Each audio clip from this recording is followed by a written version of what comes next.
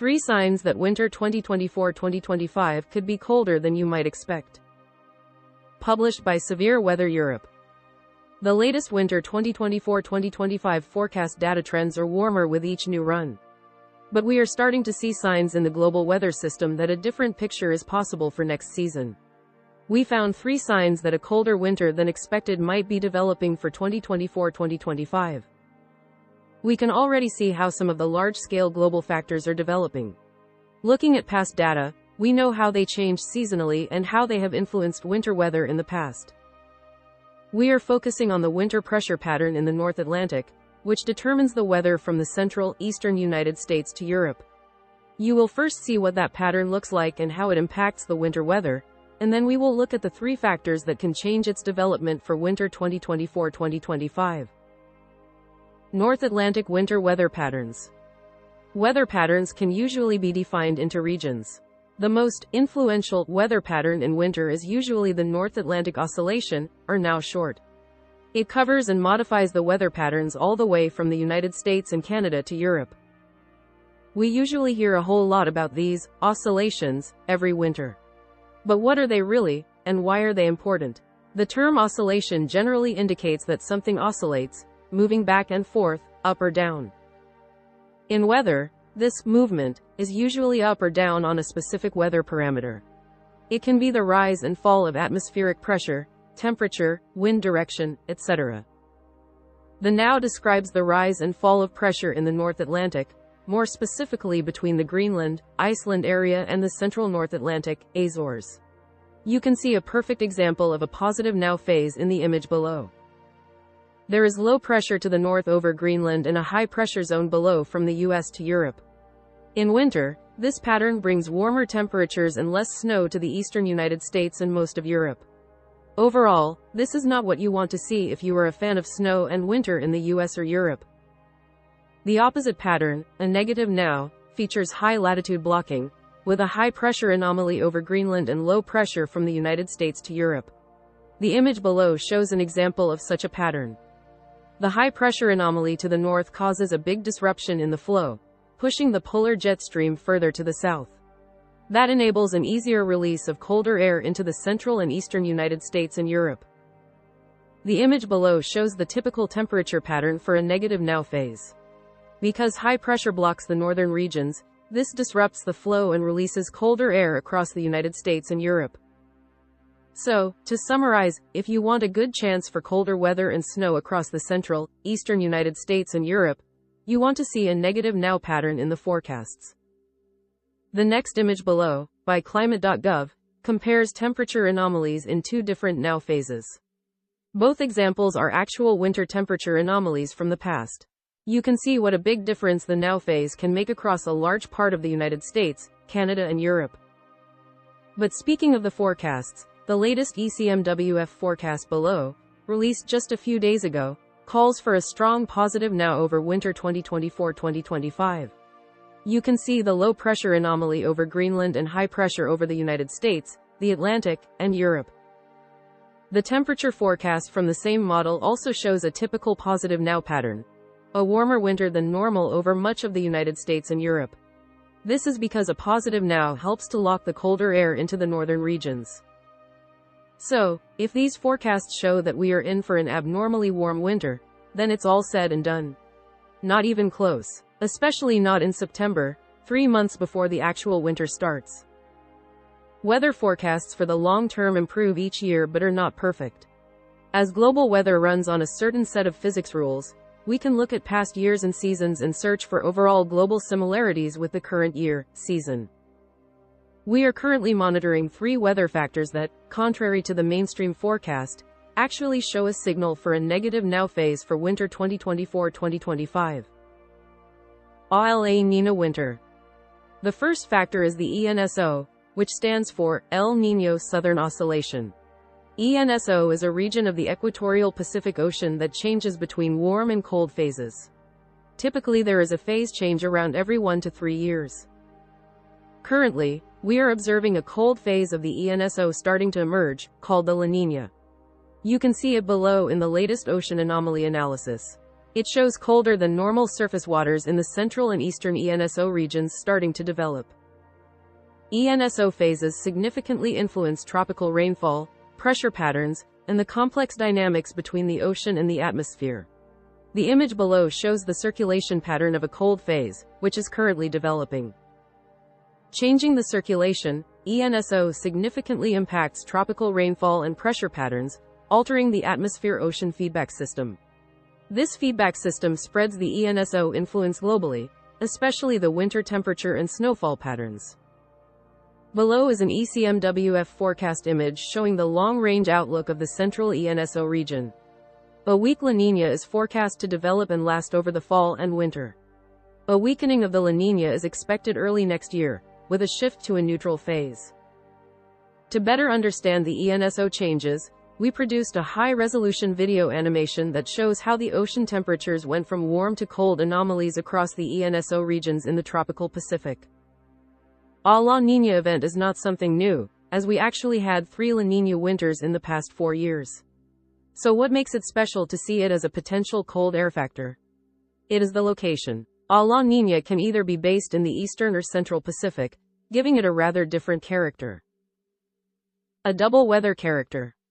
As mentioned, a La Niña can be based in the eastern or central Pacific. Different factors determine where this event will occur, and for that reason, its expected winter weather influence is also different. The image below shows 2 different types of La Niña. On top we have the Eastern Pacific or EP La Niña, and on the bottom we have the Central Pacific or CP La Niña. The image is from a study by Zhang, W, Wang, L, Shang, B et al. Looking at the actual ocean forecast, you can see that a very clear Eastern Pacific, EP, La Niña is developing. It is perhaps situated even more to the east than in the example above. Funny enough, this forecast is from the same model above that showed a strong positive now mode and a warm winter. But let's go further. The image below shows a graph from a study that directly compared the differences between different types of La Niña events. It shows the now phase from November to May for both types. You can see that the Eastern Pacific, EP, La Niña has a clear signal for a negative now, especially in January and February. As we already know, the negative now means a high-pressure system over Greenland and a disturbance in the jet stream. This creates conditions for a potentially colder than normal winter over the central, eastern United States and Europe. The image below shows the jet stream difference between the 2 types of La Niña events. On the top, A, is the jet stream in an EP La Niña, and on the bottom is the CP La Niña. You can see a very different picture, with the jet stream being deformed in an EP La Niña due to the high pressure over Greenland and a negative now. The jet stream is being diverted more to the south in an EP La Niña, which brings along lower pressure anomalies and an open path for colder air into the United States and Europe. Our next factor is also in the ocean and very close to the now area itself. It's the Atlantic Meridional Mode, AMM. Warm Atlantic, cold winter? One would expect that if an ocean anomaly in the Pacific has such an important role, then the Atlantic anomalies are no less significant. And that is true, but they usually have a different role and mechanics. The area we are looking at is the North Atlantic, more specifically the Atlantic Meridional Mode or AMM. It's basically an area of the North Atlantic that also features warm and cold phases. The image below shows the typical positive AMM pattern, with warm ocean anomalies in the North Atlantic. It is interesting to see that there is also a cold signal in the tropical Pacific that looks like a weak La Niña pattern. That is probably not a coincidence, as these patterns and anomalies do like to work in tandem, driven by the same background processes. Below is the ocean forecast from the ECMWF, where we can see the warm anomalies forecast in the same area and, of course, the La Niña. This is consistent with a positive AMM mode, as you can see in the example above. Looking at past data below for positive AMM, you can see a known pressure pattern. It is a negative now phase, with a high pressure blocking over Greenland, Iceland and a low pressure tendency over the United States and Europe. This is another sign that goes in favor of the negative now despite the forecast going for a warmer winter. But the third sign that something might be off with the forecast is not in the ocean, but in the atmosphere. And it does play along with both of the previous 2 factors. Atmospheric wind phase. Like in the ocean, we again have a region that alternates between a positive and a negative phase. But instead of temperatures, we are now dealing with winds, or rather their direction. This is called the quasi-biennial oscillation, or simply QBO. The QBO is a regular variation of the winds high above the equator in the stratosphere, alternating between easterly and westerly, zonal, winds. Strong winds in the stratosphere travel in a belt around the planet at the equator. And around every 17 months, these winds completely change direction. Below is an image showing the westerly wind anomalies over the equator in the stratosphere for the past 40 years. Negative values mean the wind was easterly, and positive values show the wind was westerly. It nicely shows just how regularly this wind shifts, just like watching the heartbeat of the atmosphere. Looking more closely at the past 3 years, we can see how each phase descended over time. A negative, easterly phase was active in 2021-22, and a westerly in 2022-23. It was followed by another negative QBO phase last winter. Currently, a new westerly phase is descending from above. The image below is from NASA analysis. A radiosonde analysis from Singapore also shows the wind direction above the tropics. It reveals the westerly winds around the 10 to 70 MB level in the stratosphere, confirming that the west QBO phase is active. It is in the early stages and will continue to strengthen as it further descends. There is more than one reason how QBO can influence our winter weather. One very important aspect is, of course, the polar vortex. The image below shows the connection between the QBO and the polar vortex in the December to January winter period. It might seem complicated, but it's not. The main takeaway is that the QBO is deeply connected to the atmospheric motion and helps with the overall tropical forcing, including the La Niña. You could say that it also helps with the communication between the oceans and the polar vortex. That is why one QBO phase does not mean a fixed weather situation, as a west QBO response can be different during a La Niña or an El Niño. So, we must look at the global weather system as a whole. Below is an analysis of the winter pressure pattern during La Niña years, with the QBO going from easterly to westerly, just like this year. Again, we can see a very clear negative now pattern, with a high pressure area over Greenland and a low pressure area over North America and Europe. You can notice a lot of older winters in this mix of data, which tends to impact the temperature analysis below. Overall, there is a colder anomaly over the United States, Canada, and Europe. But many of these winters are several decades old and, of course, colder by default compared to the modern norm. Still, these anomalies show what this combination means for winter patterns, and they clearly indicate a negative now pattern. Summary and thoughts. We have now seen 3 different factors all indicating a potential negative now pattern in winter 2024-2025. That would mean good potential for some winter weather across parts of the central and eastern United States and Europe. Of course, the negative now does not guarantee cold and snow, as it also has its own variations, but it sure does make it easier to bring winter into your backyard. At this point, a question also arises. If the ECMWF model above forecasts an eastern Pacific La Niña and a warm Atlantic, why doesn't it see all this and forecast a negative now and a colder winter instead of a blowtorch for 2024-2025?